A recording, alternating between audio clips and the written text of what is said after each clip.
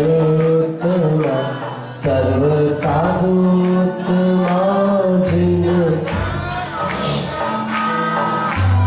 ओम शरणं ओंकार शरणं ओम शरणं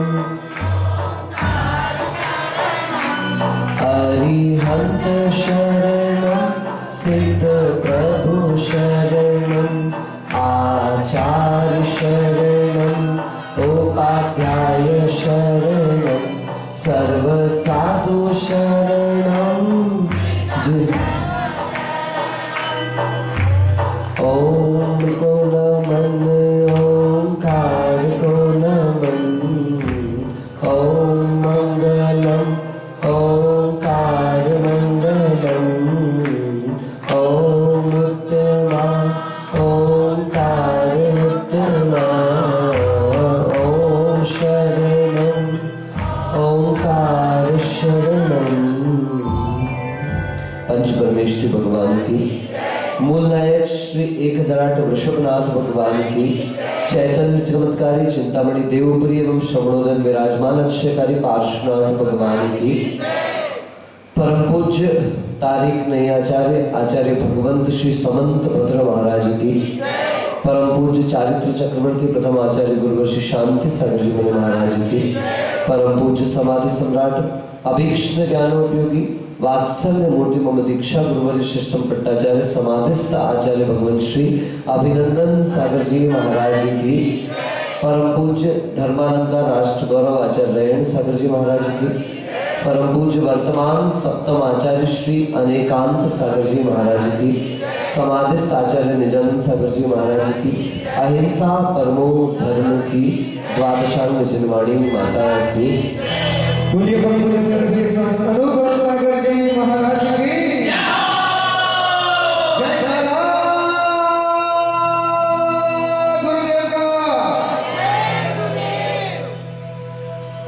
कागजी फूलों में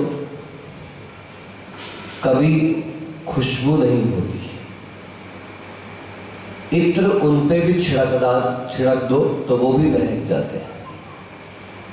कागजी फूलों में कभी खुशबू नहीं होती, इत्र उन पे भी छिड़क दो तो वो भी महक जाते हैं। अगर तू अनमोल हीरा है तो जरा अंधेरे में चमक, और सूरज की रोशनी में तो कांच के टुकड़े भी चमक जाते हैं। बंधुओं, सारा जीवन जो चल रहा है वो दिखावटी जीवन चल रहा है। अंदर दर्द रहता है, बाहर मुस्कुराते रहते हैं। बाहर दर्द रहता है, अंदर मायाचारी चलती रहती है। और चले भी क्यों ना, क्योंकि वास्तविकता में हमें अपने जीवन के उद्देश्य की पहचान की। बहुत सुंदर बात मैंने कहीं पढ़ी थी कि materials are mean to be used and peoples are mean to be loved, but we are doing opposite. We are loving the materials and using the peoples. पदार्थ, वस्तुएं ये उपयोग और उपभोग करने के लिए, जबकि रिश्ते, संबंध, समाज, दोस्त, मित्र, परिवार ये प्रेम करने के लिए है। लेकिन चल रहा है उल्टा। We are loving the materials. हम पदार्थों से तो प्रेम कर रहे हैं और रिश्तों का उपयोग और उपभोग कर रहे हैं। सुनील भाई कहाँ घूम के आएगा तुम तो? जब तक रिश्तों का उपभोग चलेगा, रिश्तों का उपयोग चलेगा, रिश्तों को यूज करते रहोगे, आप खुद किसी के लिए कभी यूजफुल बनने वाले नहीं।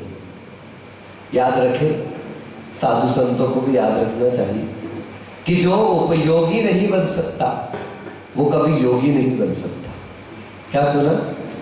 बोलो जल्दी बोलो, बहुत बड़ी बात कही मैंने आपसे। जो उपयोगी नहीं बन सकता वो कभी योगी नहीं बन सकता। बहुत सारे अर्थ हैं, बहुत सारे अर्थ हैं। उपयोग शब्द का अर्थ है आत्मा का स्वभाव। ज्ञान दर्शन उपयोग आत्मा के चैतन्य अनुविधायी परिणामों को उपयोग कहा जाता है।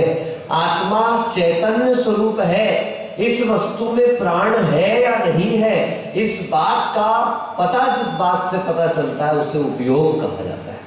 इस पिछी में उपयोग नहीं है, पिछी का तो उपयोग है। क्या सुना, बोलो जल्दी से। हाँ, पुद्गल का तो उपयोग है, बोलते जाओ। पुद्गल में उपयोग नहीं है।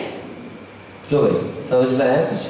शरीर को पुद्गल कहा ना आपने, इसका तो उपयोग है लेकिन इसमें उपयोग, इसके माध्यम से उपयोगी आत्मा चल रही है, इसके माध्यम से उपयोगी आत्मा देख रही है, इसके माध्यम से उपयोगी आत्मा सुन रही है, इसके माध्यम से उपयोगी आत्मा चख रही है, मगर ये ध्यान रख के चलना कि उपयोग आत्मा का है, पुद्गल का कोई उपयोग।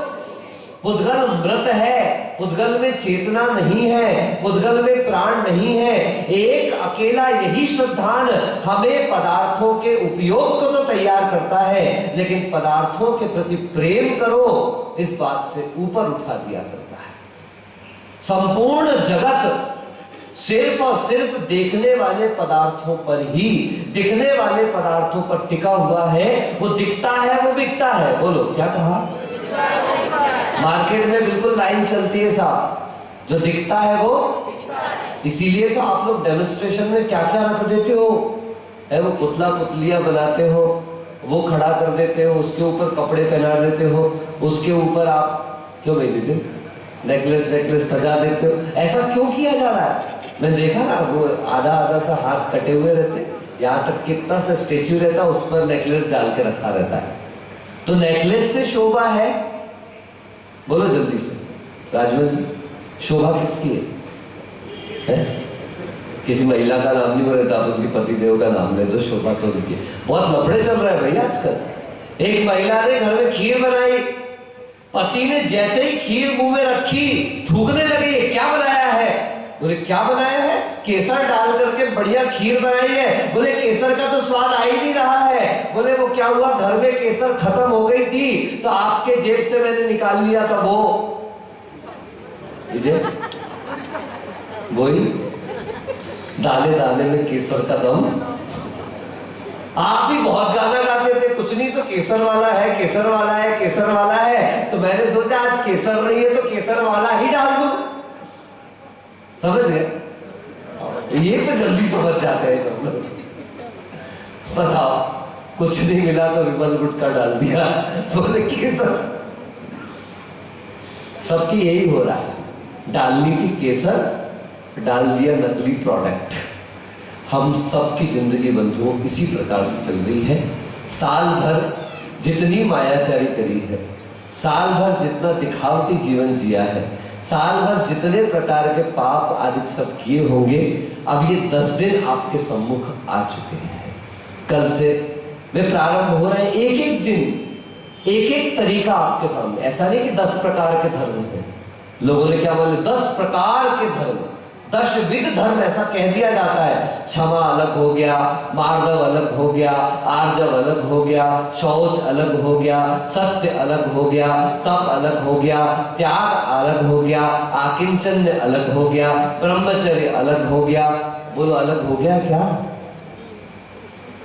निर्मला देवी खोड़िए, बोलिए साहब, अलग है क्या?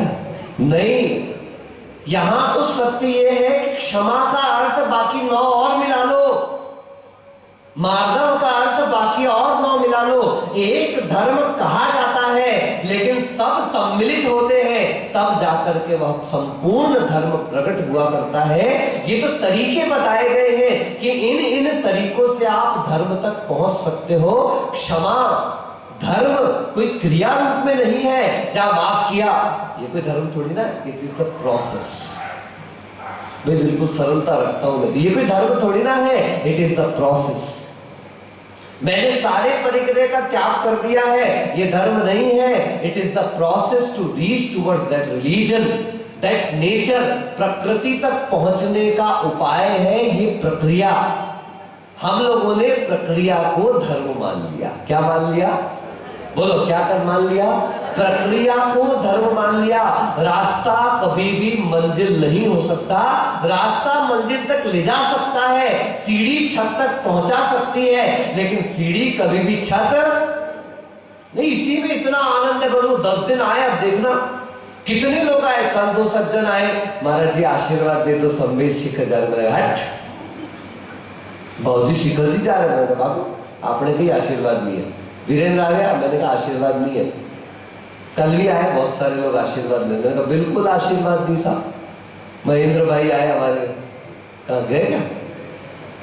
महेंद्र भाई भी गए? अच्छा किसी को पहुंचाने के लिए गए थे, तो वो भी किसी को लेके आया, महाराज आशीर्वाद दे दो, शिखर जी जा रहे हैं। मैंने कहा ये कौन सी परंपरा चालू हो गई आजकल? भाई मैंने गुरु मुख से, विद्वानों के मुख से, पंडितों के मुख से सुना था कि 10 दिन सारे व्यापार व्यवहार यात्रा आवागमन घूमना फिरना सब छोड़ करके 10 दिन सिर्फ धर्म ध्यान में लगने का नाम पर्युषण पर्व है। और अब क्या चालू होगा? जैसी पर 10 दिन व्यापार बंद है साहब, अब नया व्यापार चालू। इससे तो दुकान में बैठते थे तो कम पाप था, बिल्कुल खाना पीना खा रहे थे, कम पाप था। अब कहां जाओगे, क्या खाओगे, कहां खाओगे, कहां रुकोगे, क्या पहनोगे, कैसे घूमोगे, किस किस से घूमोगे और किस किस जगह खाओगे, कोई ठिकाना। कभी जीवन में दशलक्षण पर्वों में कहीं मत जाना। घर से सुविधाजनक, घर से सर्वश्रेष्ठ, घर से उत्तम कोई ऐसा स्थान नहीं जहां आप पर्युषण पर्व की आराधना निरंतराय कर सकते हो। बंधुओं आवागमन रोकने का नाम पर्युषण पर्व है। बोलो क्या कहा? कहां तो लोग शिविरों में जाते हैं। हाँ शिविर में जाओ तो मेरी अनुमति है। कोई शिविर लगा रहे हैं, कोई महाराज कोई माता जी, अपना तो 10 दिन शिविर जैसे ही लगेंगे। आप अपने समय का सदुपयोग, बस हम खाना नहीं खिलाएंगे, बस इतना ध्यान रखना। हाँ बाकी 10 दिन शिविर जैसे ही है साहब। आप सुबह उठिए, अपनी दैनिक क्रियाओं से निवृत्त होइए, यहाँ पे आकर के पंचामृत अभिषेक कीजिए, शांति धारा कीजिए, उसके बाद चलिए अपने साथ, तो सभी जिनालयों में क्रम पूर्वक भगवान का अभिषेक होगा। और ऐसा वैसा अभिषेक नहीं, महाअभिषेक होगा। कैसा होगा? बिल्कुल महाअभिषेक संपन्न होगा, महाशांति धारा संपन्न होगी। और वो निपट करके जब वो पूर्ण करके अपन आएंगे, यहाँ पर 10 धर्मों के प्रतिदिन आपको पीयूष वाणी सुनने को मिलेगी। अच्छी लगती कि नहीं लगती? नहीं लगती? गरीब अच्छे लगते प्रोचित तो हाउ तो बोलो। हाँ हाउ नहीं बोलेंगे महाराज, भाई फिर यहाँ पर आपको श्रवण करने का मौका मिलेगा। यहां से जाइए, जो एकाशन करता वो एकाशन करिए, व्रत करते उपवास करते 2 बार खाते, जैसे भी अनुकूल हो वो करिए। दोपहर में आइए, 2:45 बजे आपका बिल्कुल वेलकम है। और नहीं चाहते हो तो यहीं रहो, यहीं सामायिक करो, यहीं ध्यान करो, खूब कमरे हैं, अच्छा विश्राम करो। 2:45 बजे से, हाँ महिलाओं के लिए माता जी, हमारे लिए पिताजी सब। अच्छा भोजन की व्यवस्था भी आपकी शुद्ध करवा दी जाएगी। देखो नहीं तो सुनो, ज्यादा टेंशन मत लेना, जहां चौके में जाओ चले आना। हम तो बॉम्बे थे, एक परिवार था, अब तो उनके परिवार का एक लड़का महाराज भी बन गया। वो तो 4 महीने घर छोड़ दिया हमने। मैंने कहा आपने क्यों घर छोड़ दिया? बोले महाराज आए इसलिए, जब तक महाराज हमारे रहते हम खाना भी दूसरे के घर पे खाते। सब समझ गए होंगे। तो कहने का तात्पर्य 2:45 बजे आप पहुंच जाइए, यहाँ पुनः अपने तत्वास सूत्र का वाचन और कक्षा चलेगी। 4:15 बजे फिर छुट्टी होगी, जाओ, जिसको पानी पीना पियो, जो माला करना है माला करो, जाप करना है जाप करो, भगवान यहीं पर विराजमान है। वापस 5:30 बजे, याद रखना सारे साल भर का कचरा निकल जाएगा आपका उस 5:30 से 6 की प्रक्रिया में। जो आपका सौभाग्य है कि मैंने अभी तक कहीं प्रतिक्रमण खुद नहीं कराया, मैं सिर्फ चतुर्दशी के दिन प्रतिक्रमण कराता था, लेकिन इस बार भाव किया है कि लगभग 4 दिन तो पूरी कोशिश रहेगी। अष्टमी के दिन, पहले दिन दशमी को तो शायद संभव नहीं हो पाएगा क्योंकि उस दिन तो धूप खेते हैं, और चतुर्दशी के दिन ऐसे 3-4 दिन आपको मेरे सानिध्य में प्रतिक्रमण करने का मौका मिलेगा। उसके बाद 6 से 7 जितना अभी तक अध्ययन किया है, जितना अभी तक स्वाध्याय किया है, उसका प्रायोगिक रूप यानी कि ध्यान 6 बजे से शाम को 7 बजे तक। अगर दुकान भी हो, मंगल करके 1 घंटे के लिए चले आना, लेकिन वो ध्यान आप एक दिन, आपको कह रहा हूं कल जरूर पहुंच जाना।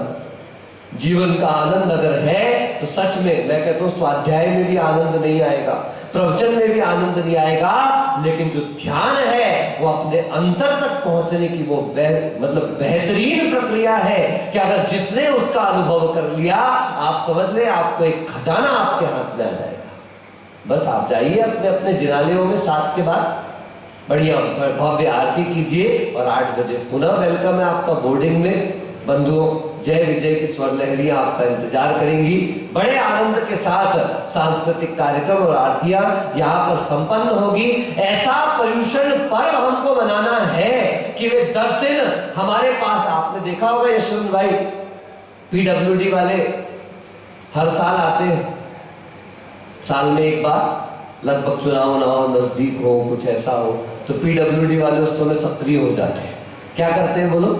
गड्ढों को भरना चालू कर देते हैं रोड पे। तो बस ये समझ लीजिए, ये पर्यूषण पर्व भी कोई पीडब्ल्यूडी वाले ही है साहब। ये आपकी कषाय के कारण, आपके विकारों के कारण, जो आपकी आत्मा के पुण्य में गड्ढे हो चुके हैं, उन गड्ढों को पुण्य से वापस भरेंगे और पाप के कचरे का विसर्जन करेंगे।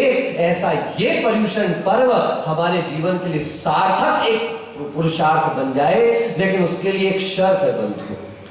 एक राजा रोज महाराज जी के प्रवचन सुनने जाता था, रोज प्रवचन सुनने जाता था।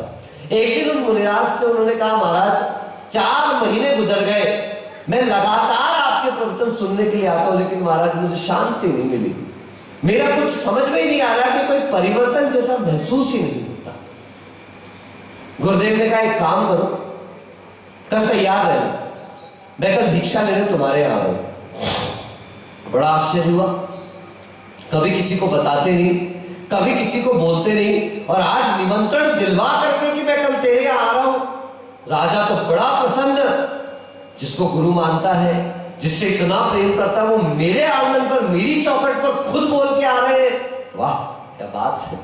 तैयारी हुई, 56 भोग बनवाए, सब कुछ किया, ऐसा वैसा। दूसरे दिन जैसे ही महाराज आए, उन्होंने अपना कटोरा सामने किया तो राजा हंसने लगा। बोले महाराज, तो महाराज ने पूछा हंस क्यों रहे? बोले आप अपना कटोरा तो देखो। ओहो हो। बोले क्यों, क्या हुआ, कटोरे से क्या प्रॉब्लम है? बोले कटोरे में इतना कचरा भरा पड़ा है, धूल लगी पड़ी है, मैंने इतना अच्छा भोजन बनाया, मैं इस कटोरे में दूंगा तो खराब हो जाएगा। अच्छा, वापस चले गए, कटोरा साफ किया, साफ भोजन लिया, चले गए। दूसरे दिन फिर आए, फिर वही हाल। तीसरे दिन आए, फिर वही हाल। तो राजा बोलता है, महाराज आप इतने बुद्धिजीवी हो, इतने विद्वान हो, इतने तत्वज्ञानी हो, इतने ज्ञानी हो, आपको इतना एक बार में समझ में नहीं आया कि कटोरे में जब तक कचरा भरा है तब तक मैं कितना भी अच्छा भोजन परसूं वो खराब हो जाएगा। तो महाराज कहते हैं, हाँ वही तो मैं भी कह रहा हूं। आया समझ में? नैना को तो आ गया। कल कुछ चौके में आई, हमारे अभी तो था भोजन, घूर घूर के देखे, हमने भी तो चौका लगाया था महाराज। एक को तो हमने इतना बता दिया, हमारी लड्डू की विधि थी, काय की विधि थी, मुक्ति के लड्डू की।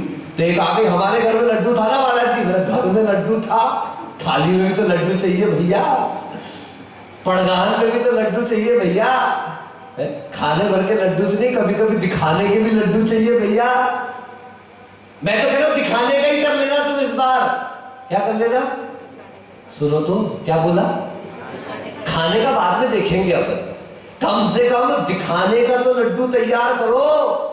हमारा तो अभी दिखाने का भी लड्डू सही तैयार नहीं हो पा रहा, तो खाने की तो बहुत दूर की बात है बंधुओं। राजा ने महाराज से कहा कि महाराज जब तक इस कटोरे में कचरा है तब तक मैं कितना भी अच्छा भोजन परोस दूं वो सब खराब हो जाएगा। महाराज ने कहा तू खुद समझ जा कि मैं कितना भी अच्छा प्रवचन दूंगा, कितना अच्छा उपदेश दूंगा, लेकिन जब तक तेरे मन से क्रोध, मान, माया, लोभ, राग, द्वेष, मोह का कचरा नहीं गया है, पर निंदा, पर गाली, पर चुगली, पर की तरफ देखना, ये सब कुछ नहीं गया है, तब तक ध्यान रखना मेरा ये सारा का सारा उपदेश उस कचरे में गए भोजन के समान व्यर्थ हो गया। इसलिए बंधुओं, ये पर्यूषण पर्व आ रहा है। क्या है पर्यूषण? बोलेंगे मेरे साथ। परी, अच्छे से बोलो। परी नहीं, वो पंख वाली परी नहीं, परी बोलो। आसमंतात, उशंति, दहंती, शोषयंती, पापानाम, कषायानाम इति पर्यूषणम। देखो 3 बातें गई, याद रखना। परी का मतलब होता है सब तरफ से। कैसा? आसमंतात मतलब बहुत अच्छे तरीके से। उशंति उष्मा देता है, दहंती दहन कर देता है, और शोषयंती शोषण कर लेता है। किसका? पापानाम, कषायानाम, यानी पापों का और कषायों का। उसको क्या कहा जाता है? पर्यूषण कहा जाता है। बोलो क्या कहा जाता है? चले एक बार और परिभाषा देख ले। परी आसमंतात, बोलो फिर से बोलो। परी आसमंतात। अब 3 शब्द। उशंति, बोलो। उषा तो याद रख लेना, ब्रह्मचारिणी भी है, उषा जी भी है, अच्छे से याद रख लेना। परी आसमंतात उशंति,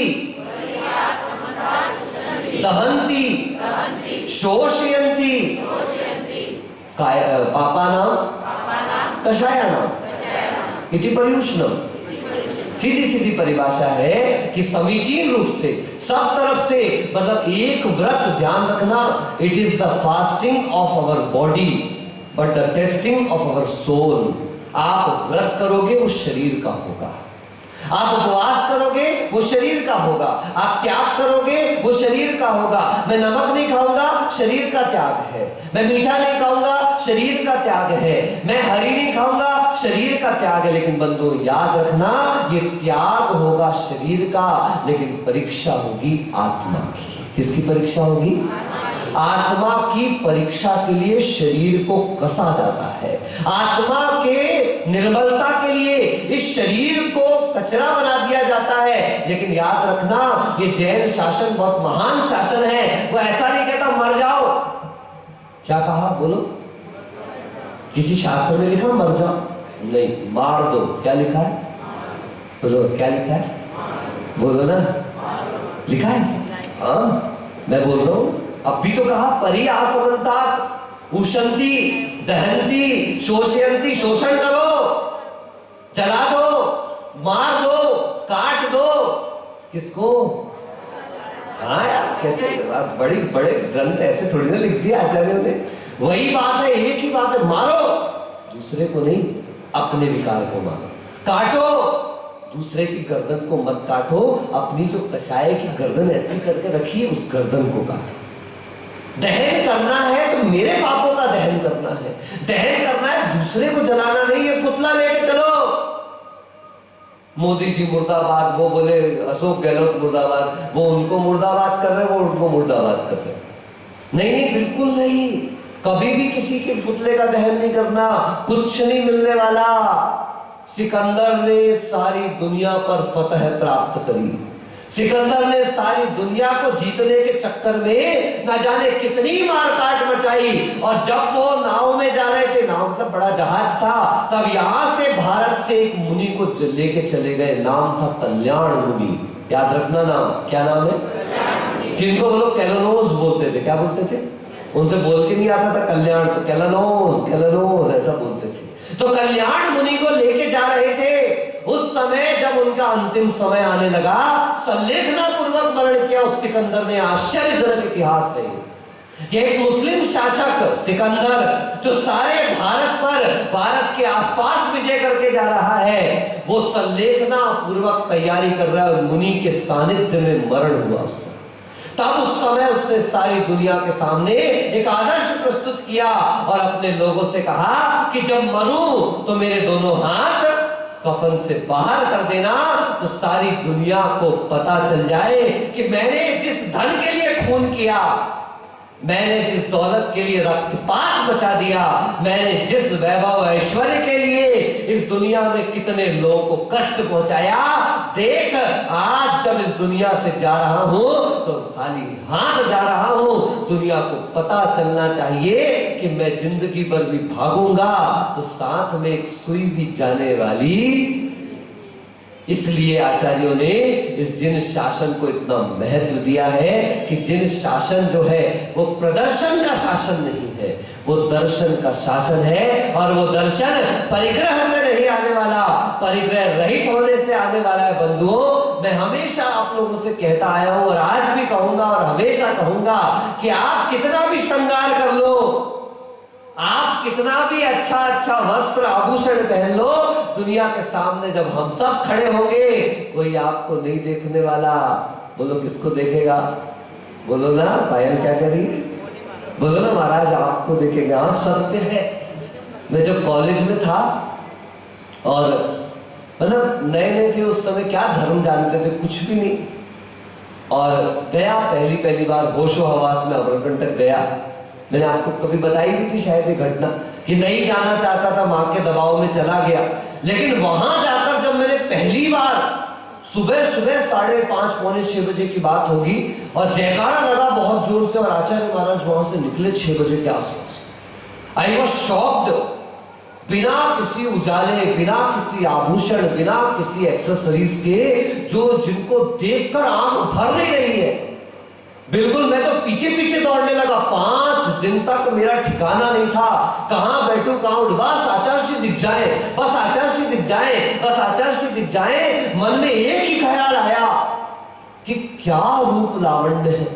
ना स्नान करते वो उस दिन सुनाया था, ना कजरे की धार, ना मोतियों के हार, ना कोई किया सिंगार, तुम तो मेरे गुरुवर हो, तुम ही तो।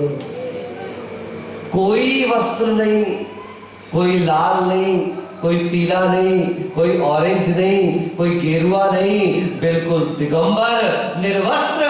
लेकिन उसके बाद भी ऐसी सुंदरता कि संसार की सारी सुंदरता जिनके सामने फेल है, सब पानी भरते हैं जिनके सामने।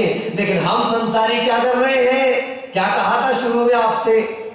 Materials are meant to be used and peoples are meant to be loved, but we are doing the opposite. We are loving the materials and we are using the peoples. हमें पदार्थों का उपयोग करना है, उपभोग करना है, पर उसी में लगे हैं। जरा सा क्या पहन लेंगे। तलवाड़ा गया था कुछ साल पहले, एक महिला, बिल्कुल अरुणा भाभी, तलवाड़ा की बात है। मैंने देखा, देखो मैंने क्यों नाम लिया, मैंने तो देखा नहीं था, लेकिन जैसे मैंने तलवाड़ा कहा तो अरुणा भाभी के चेहरे पे एकदम से स्माइल आ गई। कितने साल पुरानी बात है, मुझे याद है क्योंकि वो घटना ही ऐसी घटी थी कि ठंडी 26 जनवरी का दिन, भयंकर ठंडी, उधर तो ओस जैसी बरस रही है। हम अभिषेक में ऐसे कुड़कुड़ करके बैठे देख रहे हैं अभिषेक, और एक महिला अचानक कहती आज बहुत गर्मी है। मैंने कहा गर्मी है भाई, कौन महापुरुष आ गया भाई यहाँ पे इतनी गर्मी वाला। फिर भी एक बार तो हमने ध्यान नहीं दिया, दूसरी बार पाचे फिर बोले आज तो बहुत गर्मी है। मैंने कहा आप तीसरी बार बोले कि देखना तो पड़ेगा है कौन जिसको इतनी गर्मी लगती है। जैसे ही तीसरी बार आवाज आई आज बहुत गर्मी में, पलटने वाला था, उतने में उसकी पड़ोस वाली महिला ने पूछ ही लिया, नाम नहीं बोलूंगा, उनको नाम भी पता है, ये अंगूठी कब ली रे? बस गर्मी उतर गई सारी। सारी गर्मी किसकी थी बोलो? नई अंगूठी। वो एक्चुअली बार बार कह रही थी आज बहुत गर्मी है।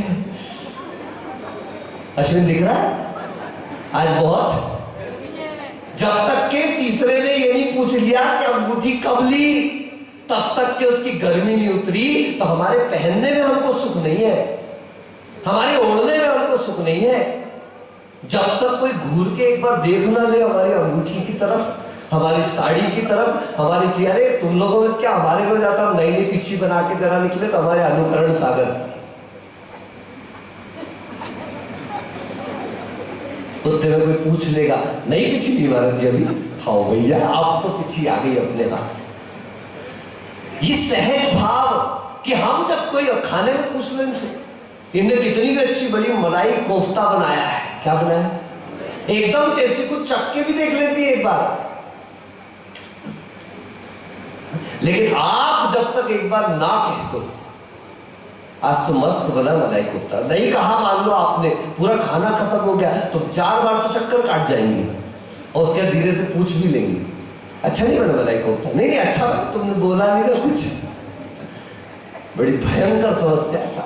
इसलिए बंधुओं ध्यान रख के चले, पर्यूषण प्रारंभ हो रहा है, हर ओर से हमने पाप इकट्ठा किया है, हर ओर से हमने कषायें तैयार करी हैं, हर ओर से विकार तैयार किए हैं। ये 10 दिन का अवसर हमें प्राप्त हुआ है कि हम कल से अपनी दिनचर्या को इस तरह से निर्धारित करें, इस तरह से सेट करें। बंधुओं धन कमाने के करोड़ों अवसर आपके पास आएंगे, असंख्य अवसर आपके पास आएंगे, लेकिन धर्म कमाने का अवसर बड़ी दुर्लभता से हमको उपलब्ध हुआ करता है।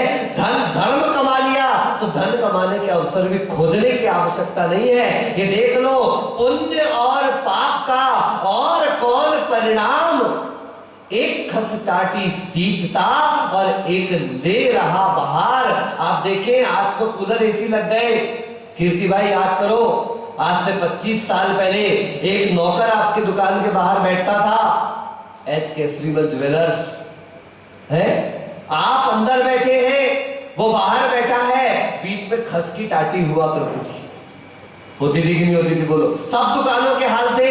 अब वो नौकर जाके पानी डालता था और उस खस टाटी को हिलाता था तो घर के अंदर हवा जाती थी। आप खुद विचार करिए, पुण्य और पाप का अंतर देखो कि एक ही टाटी है, उसमें पानी और हवा आ रही है, लेकिन एक करने वाला है और एक लेने वाला है। पापी करने वाला है और पुण्यात्मा उसको ले रहा है। ये पुण्य और पाप का अंतर है। अगर अंतर जानते हो तो आओ उस पुण्य के विसर्जन का पुरुषार्थ करें और पाप के विसर्जन का पुरुषार्थ करें और पुण्य के अर्जन का पुरुषार्थ करें। वैसे पुण्य के अर्जन का पुरुषार्थ करना नहीं है, आपको तो बस पाप विसर्जन का विचार रखना है, पाप विसर्जन का आचरण करना है।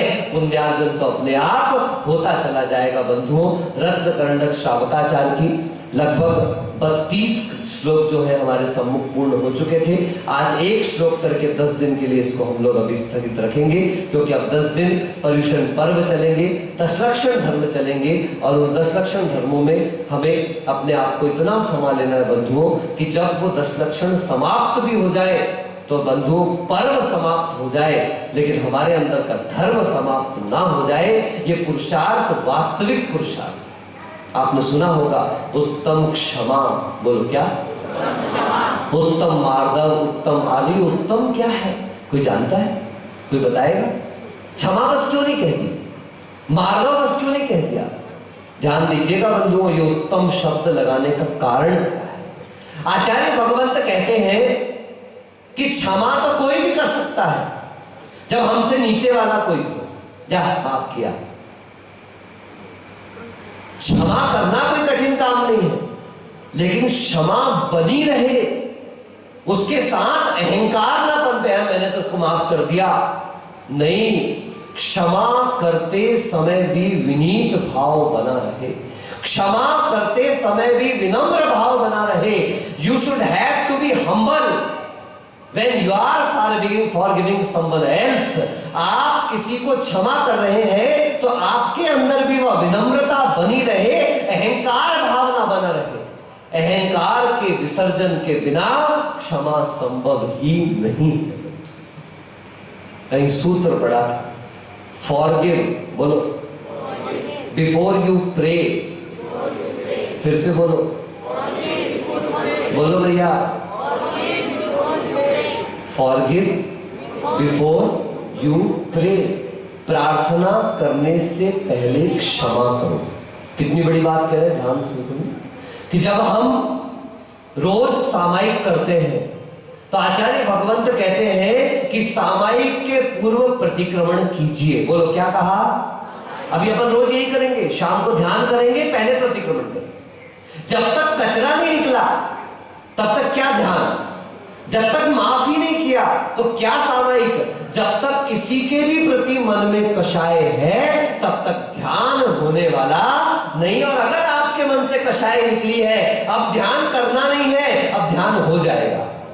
अब ध्यान लगाना नहीं है, ध्यान लग जाएगा।